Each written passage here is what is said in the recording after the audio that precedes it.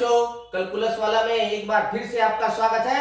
आज हम फिर विद्युत क्षेत्र के बारे में बताएंगे। विद्युत क्षेत्र से संबंधित हमने विद्युत द्विध्रुव के बारे में भी आपको बता दिया है।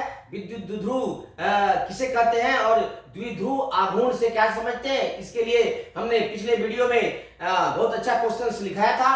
आज हम विद्युत द्विध्रुव के आघूर्ण के बारे में बताते हैं और उसका गणितीय व्यंजक प्राप्त करते हैं। तो बिना समय बर्बाद किए हुए हम चलते हैं विद्युत द्विध्रुव के बलाघूर्ण पर। तो क्वेश्चन बनाते हैं और फिर उसका आंसर हम लिखाते हैं। तो लिखिए बच्चों, नोट्स बताने के लिए तैयार हो जाइए। और ये क्वेश्चन बनता है विद्युत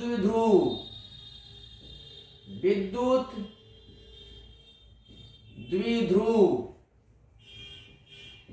के आघूर्ण बलाघूर्ण, नॉट आघूर्ण,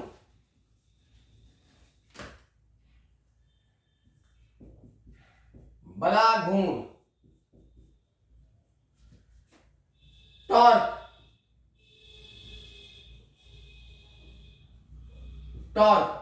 से क्या समझते हैं? बहुत ही अच्छा क्वेश्चन है, हमेशा बोर्ड में आता है, इसलिए इसको ध्यान से देखिए। इसका गणितीय व्यंजक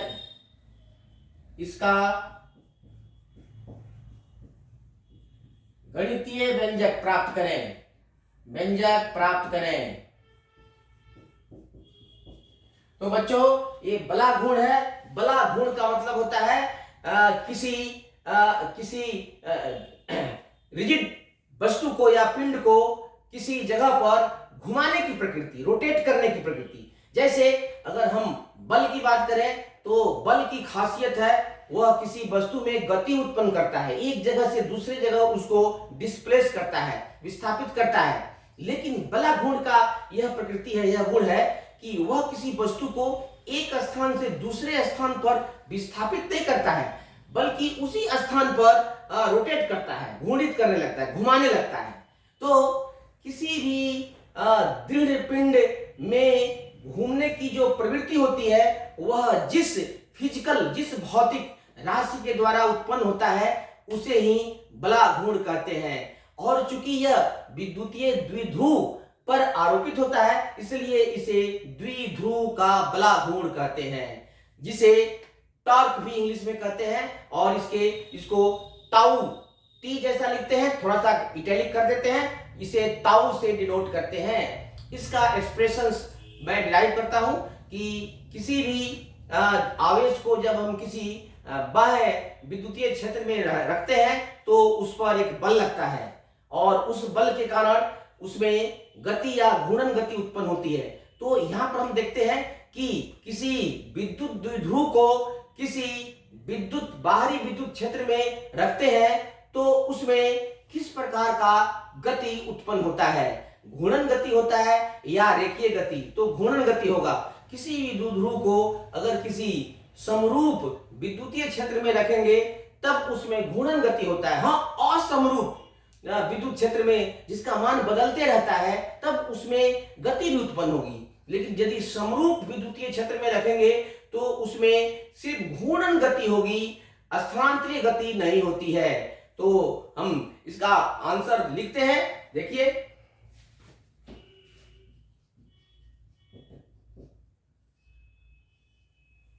तो सबसे पहले विद्युतीय द्विध्रुव के बलाघूर्ण से क्या समझते हैं? किसी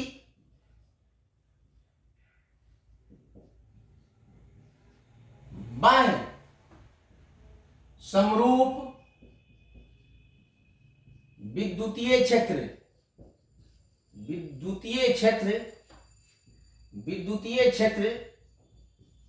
में स्थित विद्युत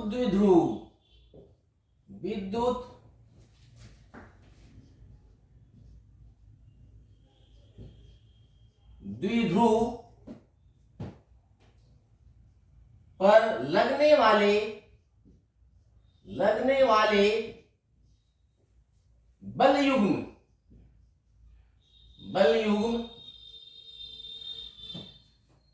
के आघूर्ण को ही के आघूर्ण को ही द्विध्रुव का बलाघूर्ण कहते हैं। बलाघूर्ण कहते हैं। इसे ताऊ, इसको पढ़ते हैं ताऊ, TAU, ताऊ, ताऊ या ताऊ, ताऊ से सूचित करते हैं। सूचित करते हैं। इसका परिमाण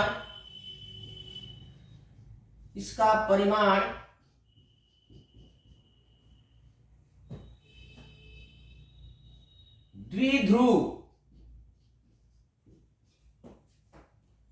के एक आवेश पर लगने वाले विद्युत बल एवं द्विध्रुव की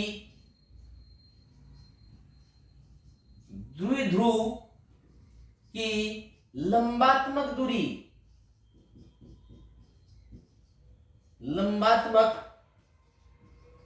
दूरी के गुणनफल के बराबर होती है। गुणनफल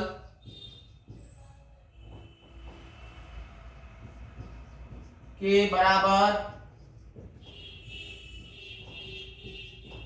होता है।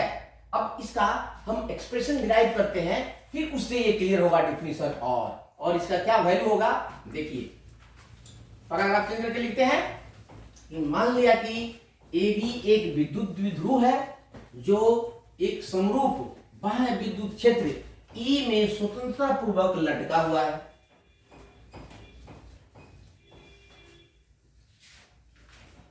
अभी फिगर देते हैं, उससे और क्लियर होगा।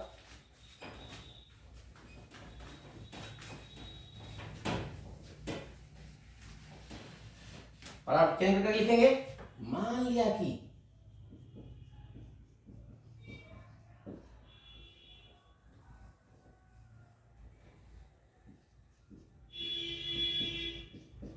अब देखिए, सबसे पहले एक समरूप विद्युत क्षेत्र ड्रॉ करते हैं।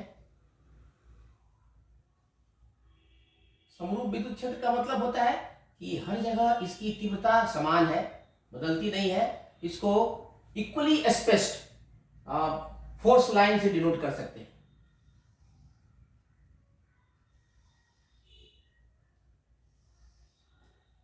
ये विद्युत क्षेत्र है, इसकी दिशा इस तीर के दिशा में है।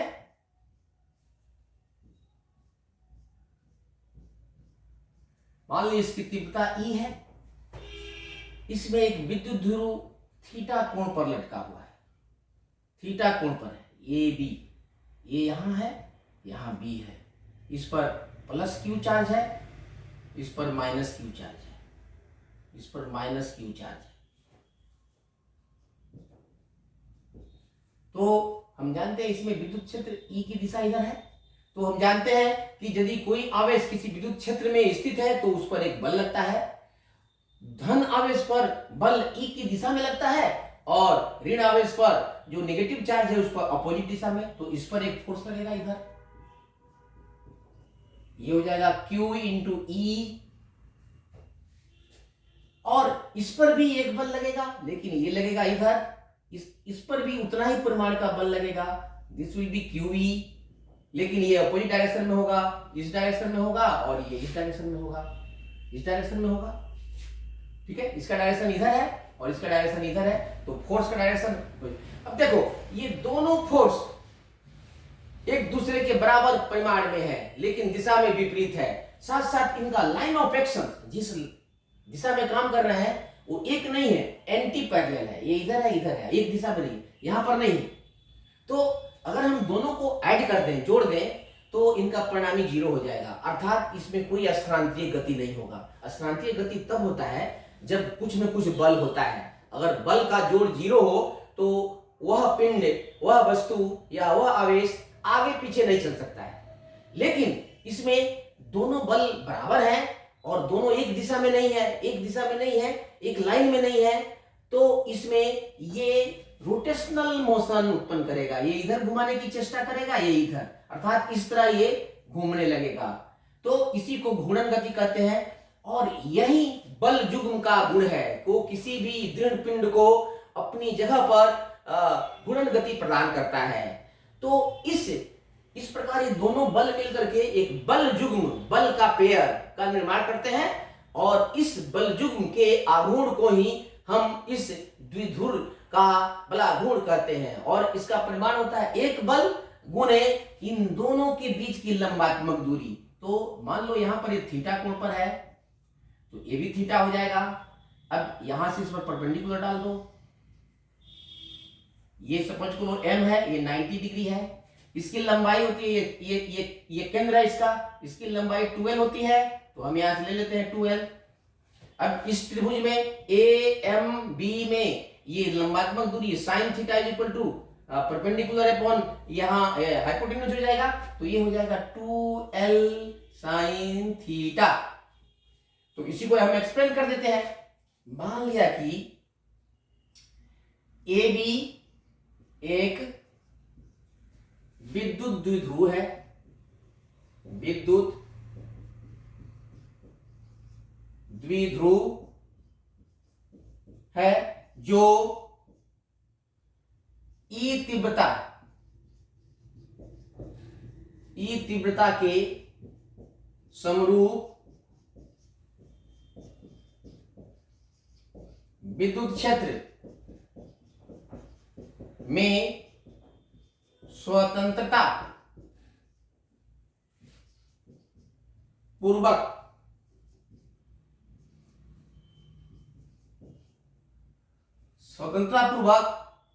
थीटा कोण पर लटका हुआ है।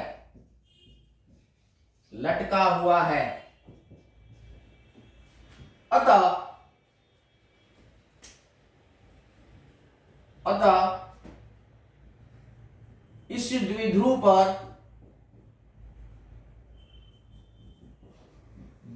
पर दो विपरीत समानांतर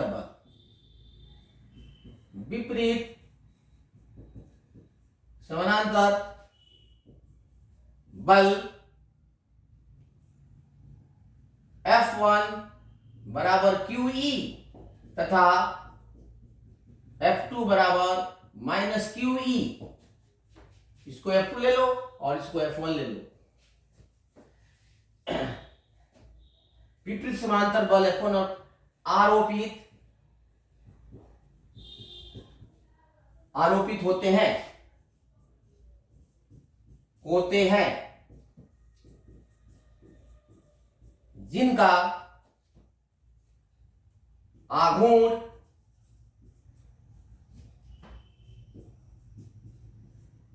निम्न प्रकार दिया जाता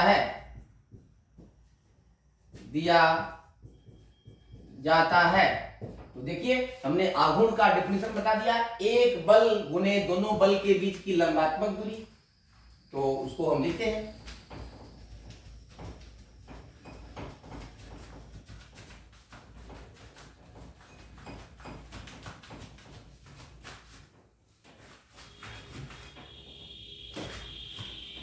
लिख लो बलाघूर्ण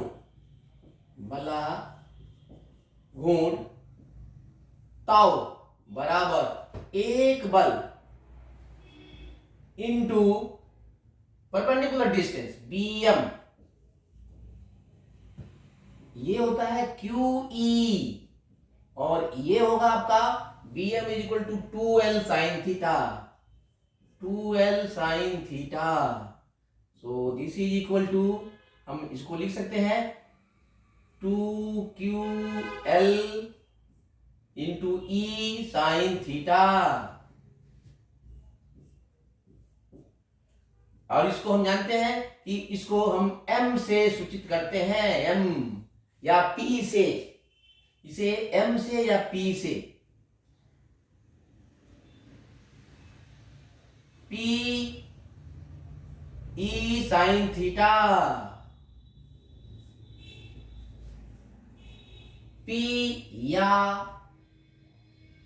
m बराबर 2ql, अर्थात ये द्विध्रुव आघूर्ण, द्विध्रुव आघूर्ण, इसको द्विध्रुव आघूर्ण कहते हैं। इसको पहले वाले वीडियो में, पहले वाले क्लास में बता दिया है।